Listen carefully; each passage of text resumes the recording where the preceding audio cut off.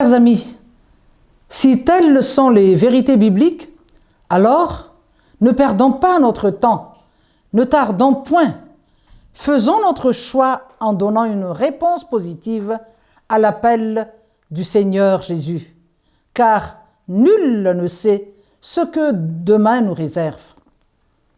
Sachez, chers amis, que le Seigneur appelle tout le monde, sans exception, et jusqu'à maintenant, au moment où nous donnons ce message, il continue d'appeler et d'inviter les hommes à venir à lui.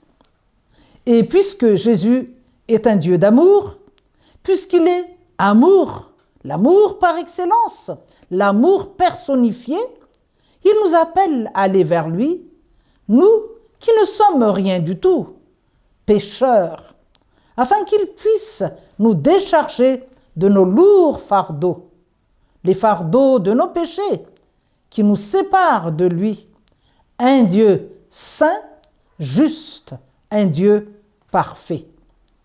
Des fardeaux si lourds que nous devons déposer au pied de la croix, afin que Jésus puisse nous laver de son sang si puissant et si fort, un sang miraculeux, immuable comme Jésus lui-même, qui est le même hier, aujourd'hui et éternellement. Chers amis, aucun être humain ne peut dire qu'il n'a ni problème d'ordre matériel, physique, moral ou spirituel. Chaque individu, qui qu'il soit, a toujours des sujets d'inquiétude, des difficultés plus ou moins grandes qui le préoccupent. Et c'est en Jésus que nous pouvons découvrir les solutions, les vraies solutions. Ou mieux, Jésus est le seul capable de nous secourir efficacement, le seul qui puisse réellement nous soutenir. Jésus, le conseiller merveilleux. Et non seulement Jésus-Christ est la source de toutes les solutions à nos problèmes, mais il est réellement la seule, la vraie et l'ultime solution pour nous croyants qui avons foi en lui. Rien ne lui est impossible, car il est un Dieu vivant. Il nous donne une vie d'abondance, comme il a dit dans l'Évangile selon Jean, au chapitre 10. Il est le chemin, la vérité et la vie. Il est le bon berger, le roi des rois, le Seigneur des seigneurs. Il est le seul et l'unique sauveur, et il n'y en a point d'autre. Chers amis, quelle chance nous avons de savoir que Dieu le Père nous a envoyé son Fils unique pour nous sauver, nous délivrer du péché. C'est la seule raison de sa descente sur la terre, afin d'enlever nos iniquités, nous racheter par son sang précieux. Nous savons, chers amis, que le péché est une abomination aux yeux de l'Éternel. En effet, le péché signifie transgression de la parole de Dieu, un oubli, une ignorance, un mépris total de la volonté de l'Éternel. Et toute personne qui s'amuse avec le péché, qui se vautre dans le péché, ignore totalement son Créateur. Et en cela, il ressemble à une personne aliénée, à un fou, selon le psalmiste qui dit dans le psaume 14, au verset 1, « L'insensé dit en son cœur, il n'y a point de Dieu. » Et rappelons-nous, chers amis, que c'est Satan qui se cache derrière le péché. C'est Satan qui pousse l'homme à faire le mal. Et ce sont les feux éternels de la géhenne qui guettent le pécheur non repenti. Cependant, quels que soient nos péchés et les poids des péchés que nous avons commis. Lorsque nous nous en sommes sincèrement repentis, nous pouvons être sûrs d'obtenir le pardon de Dieu. Dieu nous appelle afin de nous sauver, de recevoir une nouvelle vie en lui.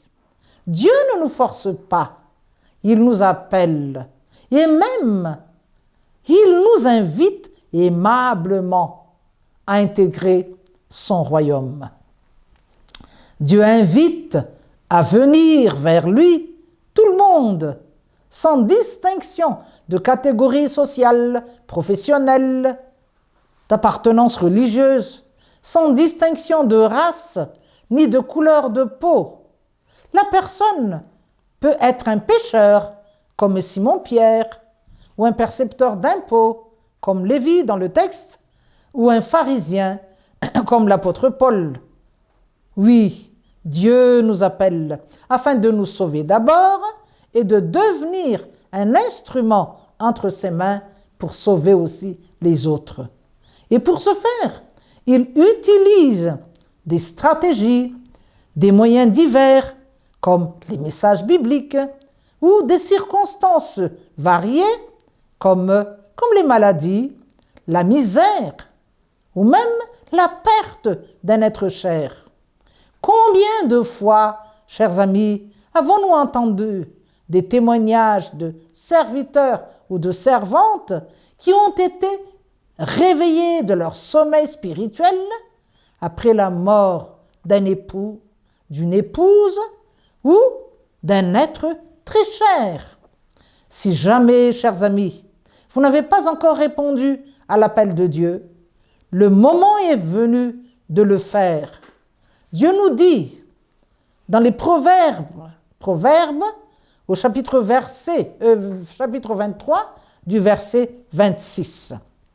« Mon fils, donne-moi ton cœur. » Et puis, à travers la parole de l'apôtre Paul, dans le premier verset de l'Épître aux Romains, au chapitre 12, voici ce que Paul écrit. « Je vous exhorte, mes frères, par les compassions de Dieu, à offrir vos corps comme un sacrifice vivant, saint, agréable à Dieu, ce qui sera de votre part un culte raisonnable. » Chers amis dans le Seigneur, la troisième vérité désigne l'importance pour l'homme de partager des repas, de communier pendant les repas. Chers amis, le partage des repas est signe de convivialité, de fraternité physique, mais aussi spirituelle, et renforce la communauté fraternelle, l'amour, ou comme nous disons dans notre langue, en malagas, amis ou parents partagent de la nourriture cuite ou crue, c'est-à-dire les joies et les peines.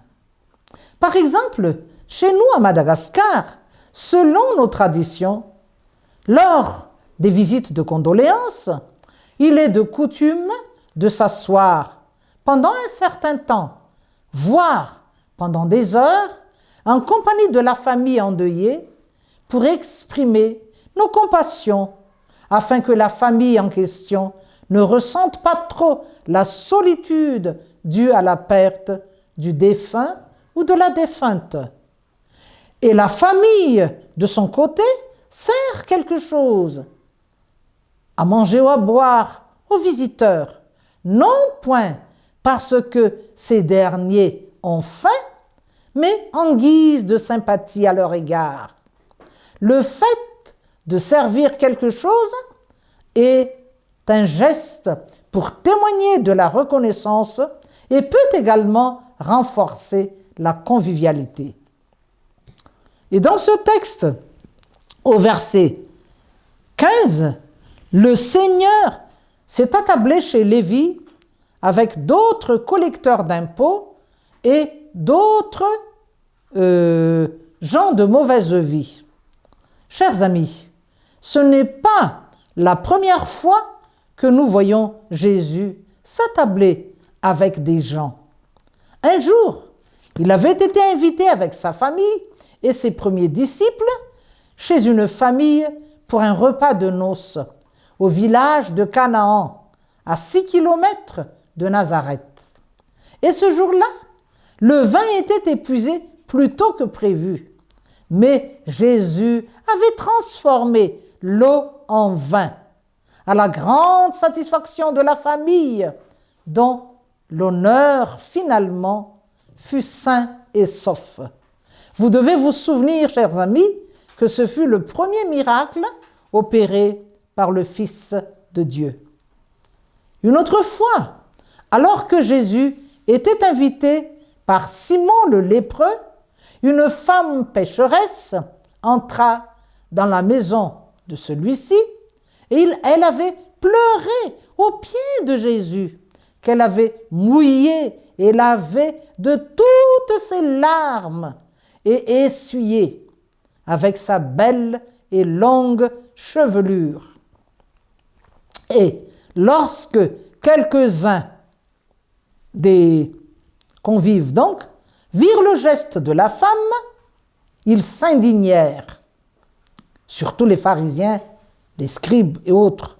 Mais Jésus, ayant été profondément touché par le geste de cette femme, au cœur si rempli d'amour pour lui, leur dit: « Vraiment, je vous l'assure, dans le monde entier, partout où l'Évangile sera annoncé, on racontera aussi, en souvenir de cette femme, ce qu'elle vient de faire. » Chaque fois que Jésus se rendait à Béthanie, où habitaient ses 3 amis, Marthe, Marie et Lazare, leurs frères, il ne manquait jamais de leur rendre une petite visite.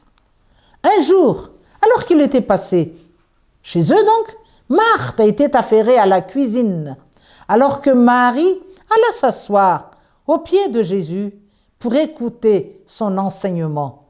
Si bien que Jésus dut faire une petite leçon à Marthe pour lui rappeler la meilleure part choisie par Marie, qui ne lui sera pas enlevée. Chers amis, toutes les fois que le Christ avait l'occasion de manger avec des amis, des familles ou de simples individus, il ne manquait jamais de glorifier le nom de Dieu son Père, soit en faisant des miracles, soit par des paroles de pardon, soit par ses enseignements. Chers amis, le partage d'un repas est une chose extrêmement importante dans la mesure où il renforce l'amitié, la fraternité, selon l'enseignement que Jésus a donné à ses disciples dans l'Évangile selon Jean, dans le chapitre 13 du verset 34, que tous les chrétiens d'ailleurs connaissent, je dirais, par cœur. Je vous donne un commandement nouveau. Aimez-vous les uns les autres, comme je vous ai aimé. Vous aussi, aimez-vous les uns les autres. À ceux-ci, tous reconnaîtront que vous êtes mes disciples, si vous avez de l'amour les uns pour les autres. Nous aussi, chers amis, nous pouvons mettre à profit nos réunions de famille afin que, pendant les repas, nous puissions partager la parole de Dieu, donner des témoignages spectaculaires, afin de permettre aux autres de recevoir aussi Jésus dans leur vie, voire à tirer de leur sommeil spirituel ceux qui somnolent ou bien ceux qui sont totalement endormis. Malheureusement, quand les pharisiens virent que Jésus s'était attablé avec les publicains et les gens de mauvaise vie, ils devinrent fous furieux et ils firent une remarque désobligeante auprès des disciples du Christ.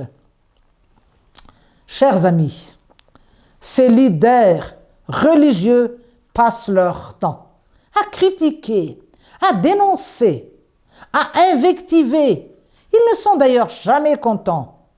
En réalité, ces chefs de la religion juive ne sont pas conduits par l'Esprit de Dieu, mais uniquement par les œuvres de la chair. Et de ce fait, ils sont induits en erreur, croyant qu'ils connaissent Dieu, qu'ils n'ont point de péché, comme les autres, et qu'ils sont spirituellement supérieurs aux autres, et que par conséquent, il n'a pas besoin de se repentir. D'où la réponse de Jésus adressée à leur endroit. Ce ne sont pas ceux qui se portent bien qui ont besoin de médecins, mais les malades. Je ne suis pas venu appeler des justes, mais des pécheurs. Et cette réponse tout à fait pertinente est ce qu'il y a de plus vrai. Si les hommes n'avaient point péché, et cela dès le début, depuis Adam et Ève, Jésus ne se serait point donné la peine de quitter le royaume de son Père, ni d'accepter de se sacrifier sur la croix. Chers amis, rendons grâce à Dieu de nous avoir donné son Fils si rempli d'amour et si humble, malgré l'aversion que lui inspire le péché. Jésus-Christ est devenu l'ami des pécheurs.